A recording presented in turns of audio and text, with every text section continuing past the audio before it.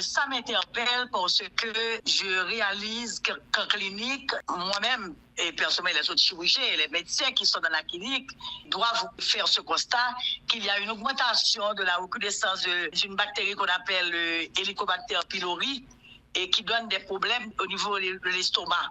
Et c'est une bactérie, si elle n'est pas enrayée par des médicaments, après quelques années, après exposition de ces patients à cette bactérie, 15 à 20 ans, peuvent présenter le cancer de l'estomac. On dit que vous observez une augmentation. Oui, oui, c'est évident, c'est évident. Les internistes doivent réaliser ce constat également, mais moi personnellement, je le constate au niveau des patients que nous recevons à l'hôpital. Et même s'ils viennent pour autre chose, ils doivent être opérés, ils se plaignent. Parce que vous savez, en faisant l'examen clinique, c'est d'abord l'interrogatoire et puis l'examen physique. Mais à l'interrogatoire, ils se plaignent de ça et l'estomac fait partie de tous les organes qui relèvent de notre spécialité chirurgicale. Parce que quand il y a des syndromes, ils sont pris le plus souvent par les internistes, mais quand il y a des complications, c'est les chirurgiens qui s'en occupent. Donc, ça nous intéresse également. Mais il y a une recrudescence. Donc, ce que je voudrais dire rapidement, c'est que la consommation d'eau contaminée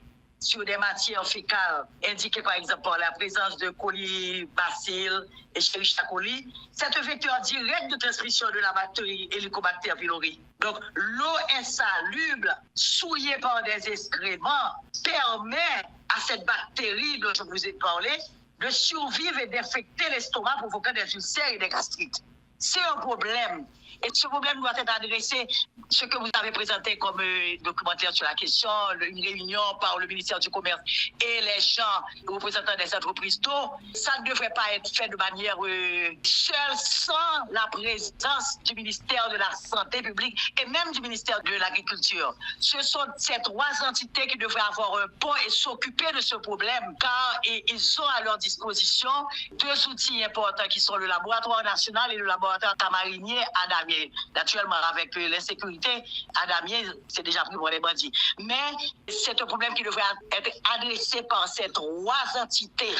Et même faire un task force sur question, pourquoi pas? Oui, évidemment. Normalement, c'est pas à cause de ce problème, non. Normalement, c'est comme ça qu'ils devraient fonctionner. Ils ont pour mission de s'occuper de l'innocuité des aliments que consomme la population. C'est où lieu, oui. Comment ça va se avoir avec nous sans présence de santé publique, non? Qui doit avoir un pont de ces trois entités. Le problème est important parce que normalement, il faudrait aussi que vous cherchiez faire une interview avec un biochimiste. Je me rappelle, j'étais proche de Patrick Elie qui a un docteur il est mort, un doctorat en biochimie, qui me parlait déjà de ce problème, que des recherches ont été faites et qu'on avait détecté des colibacilles, ça veut dire des matières.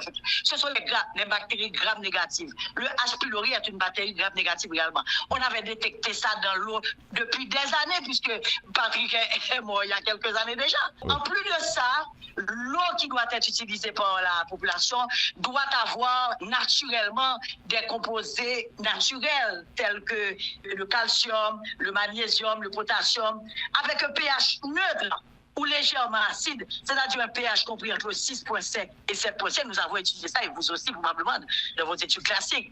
Le pH qui doit être neutre et cette eau doit présenter une faible teneur en sulfate également, mais pas trop élevée. Par exemple, une teneur en sulfate inférieure à 2.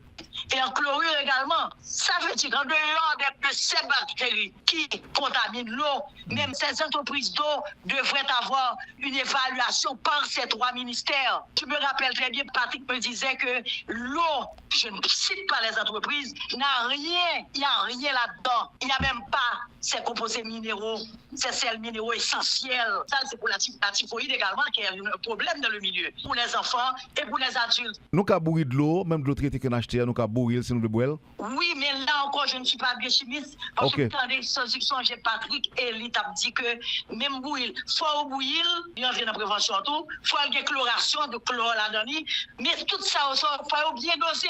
Donc ça veut dire quoi? Ces entreprises devraient avoir une supervision normalement Et il y a deux laboratoires qui ont à disposition samedi là, le laboratoire national et le laboratoire Tamarini à Damien. Donc ce sont trois ministères qui doivent avoir un pont pour avoir une synergie pour adresser la question ça. C'est le cancer de l'estomac. Il y a des gens qui ne savent pas que ils ont gagné, pas connaître, il y a marché. C'est à ce moment-là quand je fais la recherche de H. pylori que c'est positif et que je dois entamer faire le traitement par une triple thérapie.